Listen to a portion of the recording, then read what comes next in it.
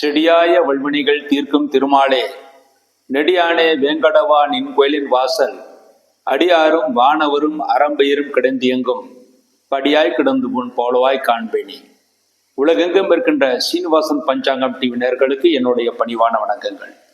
இன்றைய பதிவில் இந்த வாரத்திய விரதாதி முக்கிய விசேஷங்களை பற்றி பார்ப்போம். இன்றைய தினம் விஸ்வாவசு வருஷம் ஆனி மாதம் 8ஆம் தேதி ஜூன் 22/6/2025 ஞாயிற்றுக்கிழமை. இன்றைய தினம் துவாதசி திதி. இன்றைய துவாதசி திதி இரவு 1:22 வரை இருக்கிறது. அதன் பிறகு திரோதசி திதி. இன்றைய நட்சத்திரம் பரணி நட்சத்திரம். மாலை 5:38 வரை பரணி நட்சத்திரம். அதன் பிறகு கிருத்திகை நட்சத்திரம். சுகர்ம நாம் யோகம், கௌளவக்கணம், நேத்திரம், பூஜ்யம், ஜீவன் அறை என்ற அளவில் இருக்கிறது.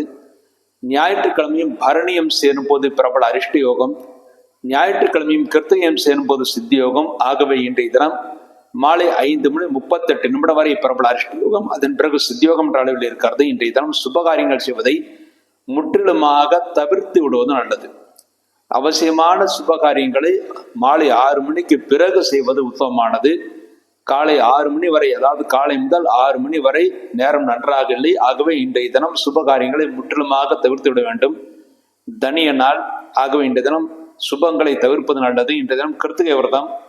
கிருத்திகை விரதம் அனுஷ்டிப்பவர்கள் இன்றைய தினம் மாலை 6 மணிக்கு பிறகு அருகில் இருக்கின்ற முருகப்பெருமான் கோயிலுக்கு சென்று முருகனை தரிசனம் செய்துவிட்டு, அதன் பிறகு கார்த்திகை நட்சத்திரம் சந்திரனுக்கு அருகிலே தெரியும் அந்த கார்த்திகை நட்சத்திரத்தை தரிசனம் செய்துவிட்டு 6 பெண்களை நமஸ்காரம் செய்ய வேண்டும், அல்லது 6 பெண்களுக்கு மஞ்சள் குங்குமம் கொடுக்க வேண்டும். அவ்வாறு செய்தால் கிருத்திகை நட்சத்திரத்தில் பிறந்தவர்களுக்கு தோஷங்கள் எல்லாம் விலகி நன்மைகளை ஏற்படுத்தி கொடுக்கும்.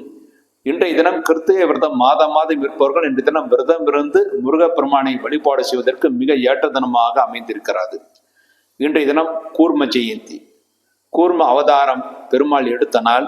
இன்றைய தினத்திலே கூர்ம அவதாரத்திற்கான ஒரே கோயிலாக இருப்பது ஸ்ரீகாகுளம் என்ற ஊர், அதாவது ஆந்திராவில் இருக்கின்ற ஸ்ரீகாகுளம் என்ற ஊரிலே ஸ்ரீ கூர்மம் என்ற ஒரு சிறிய கிராமம் இருக்கிறது. அங்கே கூர்ம அவதாரத்திற்கு இந்தியாவிலேயே ஒரே கோயில்.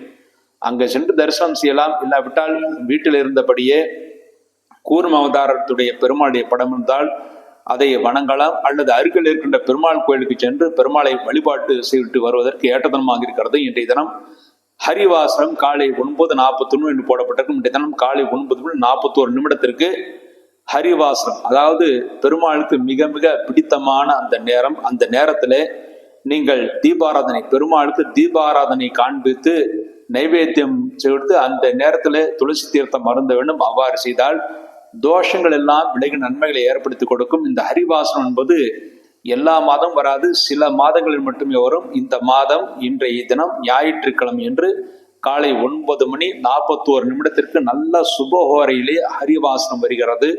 இந்த ஹரிவாசனம் என்று பெருமாளுக்கு நைவேத்தியம் செய்து, அந்த துவாதசி விரதம் இருந்து நைவேத்தியம் செய்து 9:41 மகா தீபாரதனை காண்பித்து அதன் பிறகு நீங்கள் துளசி தீர்த்தம் அருந்த வேண்டும். அவ்வாறு செய்தால் நிச்சயமாக நல்ல பலன்களை ஏற்படுத்தி கொடுக்கும்.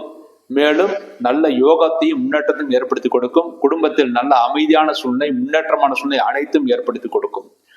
இன்றைய தினம் ஹரிவாசனம் பெருமாளை வழிபாடு செய்வதற்கு ஏற்ற தினமாக அமைந்திருக்கிறது. சுபகாரியங்கள் மாலை 6 மணி வரை தவிர்த்து விடுவது நல்லது. அடுத்து நாளை தினம் திங்கட்கிழமை. நாளை தினம் திங்கட்கிழமை என்று ஆனி மாதம் 9ஆம் தேதி ஜூன் 23/6/2025 திங்கட்கிழமை. திங்கட்கிழமை என்று இரவு 10:10 வரை திரோதசி திதி, அதன் பிறகு சதுர்தசி திதி. திங்கட்கிழமை கிருத்திகை நட்சத்திரம். பகல் 3:17 வரை கிருத்திகை நட்சத்திரம், அதன் பிறகு ரோகிணி நட்சத்திரம். திருதி நாமயுகம், கரசை கரணம், நேத்திரம், பூஜ்யம், ஜீவன் அறை என்ற அளவில் இருக்கிறது. திங்கட்கிழமையும் கிருத்திகையும் சேரும் போது மரண யோகம், திங்கட்கிழமையும் ரோகிணியும் சேரும் போது அமிர்த யோகம்.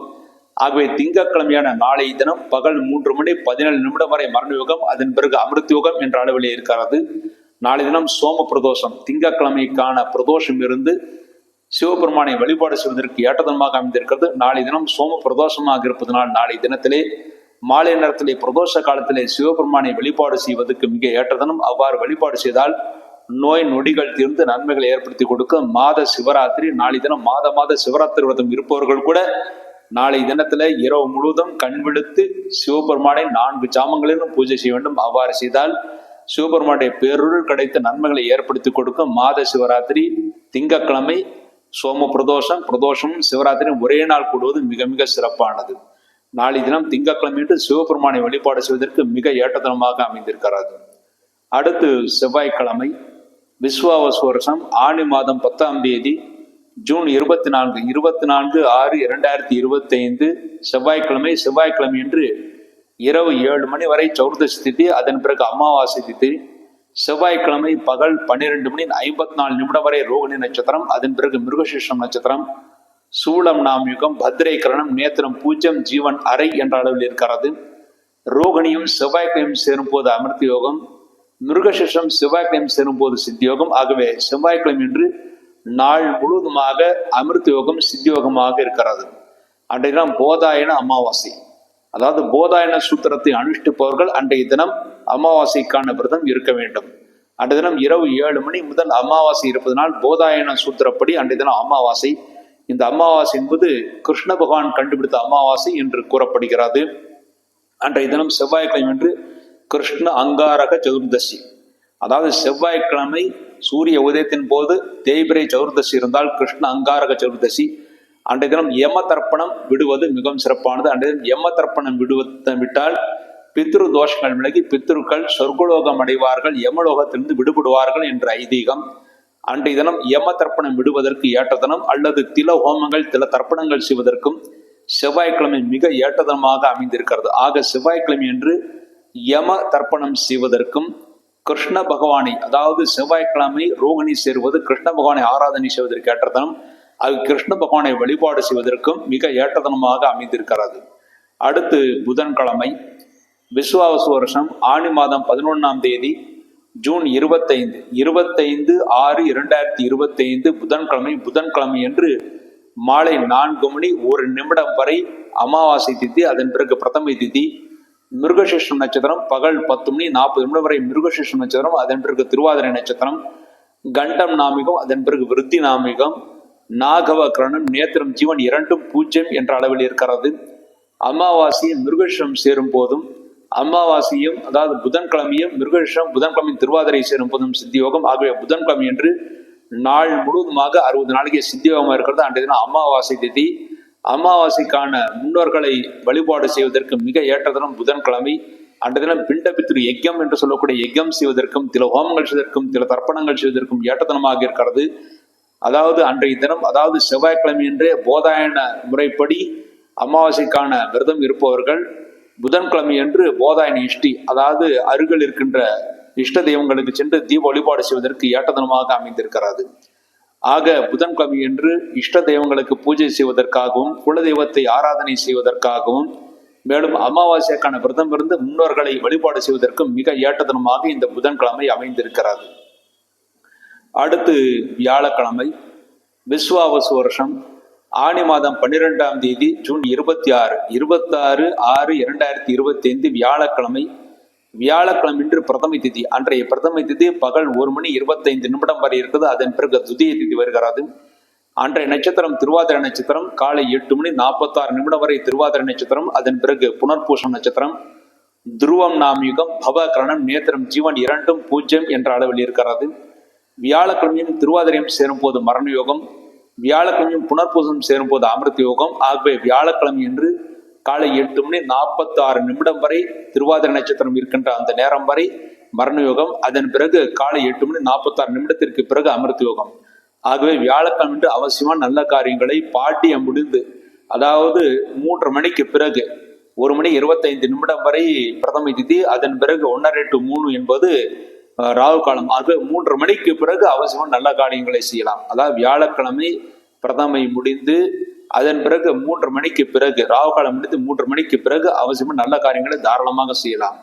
அன்றைய தினம் இஷ்டி என்ற பஞ்சாங்கத்தில் போடப்பட்டிருக்கும் இஷ்டமான கோயில்களுக்கு சென்று ஆராதனை செய்வதற்கு தீப வழிபாடு செய்வதற்கு மிக ஏற்றதனமாக அமைந்திருக்கிறது. அன்றைய ஆசாட சுத்தம், தெலுங்கு மாதத்திலே ஆசாட மாதம் என்று சொல்லக்கூடிய அந்த மாதம் அன்றைய தினம் பிறக்கிறது. அன்றைய தினம் சந்திர தரிசனம் 3ஆம் பிறை தெரியக்கூடிய தினம். அன்றைய தினம் மாலை நேரத்தில் சூரியன் அஸ்தமிக்கும் போது மெல்லிய கோடாக மேற்கு வானத்திலே சூரியன் அஸ்தமிக்கும் போது மெல்லிய கோடாக சந்திரன் தெரியும். அதை தரிசனம் செய்தால் வியாழக்கிழமை அந்த தரிசனம் செய்யும் போது நமக்கு ஆரோக்கியம் ஏற்படும், மேலும் தன பிராப்தி அதாவது வருமானங்கள் கிடைக்கும். மேலும் அன்றைய தினம் சந்திர தரிசனம் செய்தால் குரு தோஷங்கள் விலகும் என்று எதிர்பார்க்கலாம். அன்றைய தினம் வராகி நவராத்திரி பூஜை ஆரம்பம். பொதுவாக 4 நவராத்திரிகள் இருக்குது. அதில் வராக நவராத்திரி அதாவது வராகியுடைய நவராத்திரி பூஜை அன்றைய தினம் ஆரம்பிக்கிறது. எல்லா வராகி கோயில்களிலும் அன்றைய தினம் மிகுந்த விசேஷமாக இருக்கும். அன்றைய தினம் முதற்கொண்டு 9 நாட்களுக்கு வராகி அம்மனை வழிபாடு செய்வதற்கு மிக ஏற்ற தினமாக அமைந்திருக்கிறது. அந்த வராகி அம்மன் பூஜை என்பது அன்றைய தினம் முதற்கொண்டு 9 நாட்கள் வியாழக்கிழமை முதற்கொண்டு அன்றைய தினம் அன்றைய தினத்திலே தேவி பாகவதம் படிப்பதற்கும் ஏற்ற தினமாக அமைந்திருக்கிறது. அம்பாளை வழிபாடு செய்வதற்கு மிக ஏற்ற தினம். ஆக வியாழக்கிழமை என்று வராகி அம்மனை தரிசனம் செய்வதற்கு சந்திர தரிசனம் செய்வதற்கு மிக ஏற்ற தினமாக அமைந்திருக்கிறது. அடுத்து வெள்ளிக்கிழமை விஸ்வாவசு வருஷம் ஆனி மாதம் 13ஆம் தேதி ஜூன் 27/6/2025 வெள்ளிக்கிழமை. வெள்ளிக்கிழமை என்று பகல் 11 மணி 19 நிமிடம் வரை துதிய திதி, அதன் பிறகு திருத்திய திதி. அன்றைய நட்சத்திரம் புனர்பூச நட்சத்திரம். காலை 7 மணி 22 நிமிடம் வரை புனர்பூச நட்சத்திரம், அதன் பிறகு பூச நட்சத்திரம். வியாகாத நாம் யுகம், கௌளவக்கரணம், நேத்திரம், ஜீவன் 2 0 என்ற அளவில் இருக்கிறது.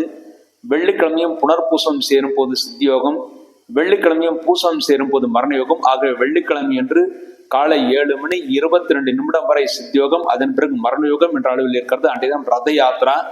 ரத யாத்திரை என்றால் அன்றைய தினத்திலே ரத யாத்திரை என்று சொல்லக்கூடிய ரதத்தை ஓட்டுவார்கள். அதாவது பூரி ஜெகநாத் கோயிலில் அன்றைய தினம் ரத யாத்திரை உற்சவம் வெகு விமர்சையாக தொடங்கும்.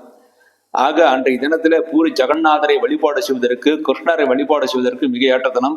அன்றைய தினம் பஞ்சாங்கத்தில் அமிர்த லட்சுமி விரதம் என்று போடப்பட்டிருக்கும். அன்றைய தினம் மகாலட்சுமி பூஜை செய்தால் ஆரோக்கியம் ஏற்படும். அதைத்தான் அமிர்த லட்சுமி. அன்றைய தினம் மகாலட்சுமி பூஜை செய்து, அது முக்கியமாக பால் பாயாசம் அல்லது பசும்பால் நைவேத்தியம் செய்து அதை நாம் குடிக்க வேண்டும். அவ்வாறு குடித்தால் நிச்சயமாக நல்ல ஆரோக்கியம் ஏற்படும். பசும்பாலிலே நீங்கள் இந்த பொதுவாக 5 திரவியங்கள் கலப்பது ஒரு சிறந்த ஒரு முக்கியமான ஒரு மருந்து, அருமருந்து என்று கூறுவார்கள். அதாவது தீர்த்த சாமான்கள், அதாவது ஜாதிக்காய், ஏலக்காய், ஜாபத்ரி, அதன் பிறகு பச்சை கற்பூரம், ஏலக்காய், இதையெல்லாம் ஓரளவு போட்டு நன்றாக பொடி செய்து, அதில் ஒரு குறிப்பு என்றால் எந்த அளவு என்று கேட்டால் ஏலக்காய் ஒரு 50 கிராம், ஜாதிக்காய் 2 ஜாதிக்காய், ஜாபத்ரி ஒரு 20 அல்லது 30 ரூபாய்க்கு ஜாபத்ரி, அப்புறம் பச்சை கற்பூரம். அதன் பிறகு பச்சை கற்பூரம் என்பது அது ஒரு 50 ரூபாய்க்கு. அதுக்கப்புறம் லவங்கம் ஒரு 30 ரூபாய்க்கு வாங்கி நன்றாக பொடி செய்து ஒரு சிறு அளவிலே, அதாவது ஒரு சிறு சிட்டிகை, அதாவது ஒரு சிறு அளவிலே மிகவும் குறைவாக அதை பாலிலே கலந்து அதை நைவேத்தியம் செய்து அதை சாப்பிட வேண்டும். அவ்வாறு சாப்பிட்டால் நிச்சயமாக ஆரோக்கியம் ஏற்படும். அதைத்தான் அமிர்த லட்சுமி விரதம் என்று கூறார்கள். பசும்பாலிலே அதை பசும்பாலை நன்றாக சுட வைத்து அதன் பிறகு அதை நைவேத்தியம் செய்து, அல்லது பசும்பாலில் செய்யப்பட்ட அந்த பால் பாயசத்தை நைவேத்தியம் செய்து அதில் இந்த தீர்த்த சாமானை கலந்து அதன் பிறகு சாப்பிட வேண்டும். அவ்வாறு செய்தால் நிச்சயமாக நல்ல ஆரோக்கியம் ஏற்படும், மனதிற்கும் நல்ல ஹிதம் ஏற்படும், மன வருத்தங்கள் தீரும், சந்தோஷத்தை ஏற்படுத்தி கொடுக்கும். ஆக வெள்ளிக்கிழமை என்று மகாலட்சுமி பூஜை செய்வதற்கு மிக ஏற்றத்தனமாக அமைந்திருக்கிறது. அடுத்து சனிக்கிழமை விஸ்வாவசு வருஷம் ஆனி மாதம் 14ஆம் தேதி ஜூன் 28/6/2025 சனிக்கிழமை. சனிக்கிழமை திருத்திய திதி. அன்றைய திருத்திய திதி காலை 9 மணி 54 நிமிடம் வரை இருக்குது. அதன் பிறகு சௌர்த்தி திதி வருகிறது. அன்றைய நட்சத்திரம் பூசம் நட்சத்திரம். காலை 6 மணி 35 நிமிடம் வரை பூசம் நட்சத்திரம், அதன் பிறகு ஆயில்யம் நட்சத்திரம். அன்றைய தினம் ஹர்ஷண நாமயுகம், கரசை கண்ணம், நேத்திரம் 0 ஜீவன் அரை என்ற அளவில் இருக்கிறது. சனிக்கிழமையும் பூசம் நட்சத்திரம் சேரும் போது, அதாவது காலை 6 மணி 35 நிமிடம் வரை சித்தியோகம், அதன் பிறகு மரணயோகம். ஆகவே சனிக்கிழமை கூட அவசியமான நல்ல காரியங்களை காலை 6 மணி 35 நிமிடத்திற்குள் செய்ய வேண்டும். அதற்கு பிறகு செய்தால் அது மரணயோகம் நன்றாக இருக்காது. அன்றைய தினம் மாத சதுர்த்தி, அதாவது திருக்கணிதப்படி அன்றைய தினம் மாத சதுர்த்தி, வாக்கிய பஞ்சாங்கப்படி அடுத்த நாள் ஞாயிற்றுக்கிழமை மாத சதுர்த்தி. ஆக சனிக்கிழமையும் ஞாயிற்றுக்கிழமையும் நீங்கள் விநாயகரை வழிபாடு செய்வதற்கு மிக ஏற்ற தினம். அன்றைய தினம் விநாயகர் கோயிலுக்கு சென்று விநாயகருக்கு பூஜைகள் செய்துவிட்டு வந்தால், தீபங்கள் ஏற்றி வழிபாடுகள் செய்துவிட்டு வந்தால் நிச்சயமாக நம்முடைய வாழ்க்கை சிறப்பாக இருக்கும், நல்ல யோகத்தை ஏற்படுத்தி கொடுக்கும், முன்னேற்றத்தை ஏற்படுத்தி கொடுக்கும். இந்த வாரம் உங்களுக்கு சந்திராஷ்டகம் அடைகின்ற ராசிகள் என்று பார்த்தால், இந்த வாரத்திலே கன்னி ராசியிலே பிறந்தவர்களுக்கு ஜூன் 20 வெள்ளிக்கிழமை இரவு 9:45 முதல் ஜூன் 22 ஞாயிற்றுக்கிழமை இரவு 11:03 வரை சந்திராஷ்டமம். ஆக கன்னிராசியிலே பிறந்தவர்கள் ஜூன் 21 சனிக்கிழமையும் ஜூன் 22 ஞாயிற்றுக்கிழமை முழு சந்திராஷ்ட தினங்கள். அடுத்து துளாராசியிலே பிறந்தவர்களுக்கு ஜூன் 22 ஞாயிற்றுக்கிழமை இரவு 11:03 முதல் ஜூன் 24 செவ்வாய்க்கிழமை இரவு 11:45 வரை சந்திராஷ்டகம். ஆக துளாராசியிலே பிறந்தவர்கள் ஜூன் 23 திங்கட்கிழமை ஜூன் 24 செவ்வாய்க்கிழமை முழு சந்திராஷ்ட தினங்கள்.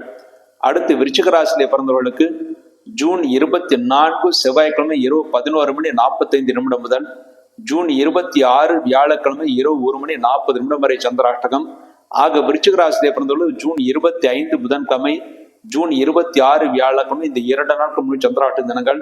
அடுத்து தனுசு ராசியிலே பிறந்தவர்களுக்கு ஜூன் 26 வியாழக்கிழமை இரவு 1:40 முதல் ஜூன் 29 ஞாயிற்றுக்கிழமை காலை 6:34 வரை சந்திராஷ்டகம். ஆக தனுசு ராசியிலே பிறந்தவர்களுக்கு ஜூன் 27 வெள்ளிக்கிழமை ஜூன் 28 சனிக்கிழமை இந்த 2 நாட்கள் முழு சந்திராஷ்ட தினங்கள். இந்த சந்திராஷ்ட தினங்களில் நீங்கள் எந்த காரியங்கள் செய்வதாகவும் சிறிது யோசித்து நிதானித்து செய்ய வேண்டும். அவசரப்பட்டு செய்யக்கூடிய முடிவுகள் தோல்விகளை ஏற்படுத்தி கொடுக்கும். அவ்வாறு அவசியம் செய்ய வேண்டும் என்றால் அருகில் இருக்கின்ற உங்களுக்கு இஷ்ட தெய்வத்தையோ அல்லது குல தெய்வத்தையோ வணங்கிவிட்டு செய்தால் பெரிய தோஷங்கள் ஏற்படுத்தாது. இவ்வாறாக இந்த வாரத்தை முக்கிய விசேஷங்களை பற்றி பார்த்தோம். நாளை மீண்டும் அடுத்த வாரம் மீண்டும் ஒரு நல்ல நிகழ்ச்சியில் சந்திப்போம் என்று கூறி விடைபெறுகிறேன். நன்றி, வணக்கம்.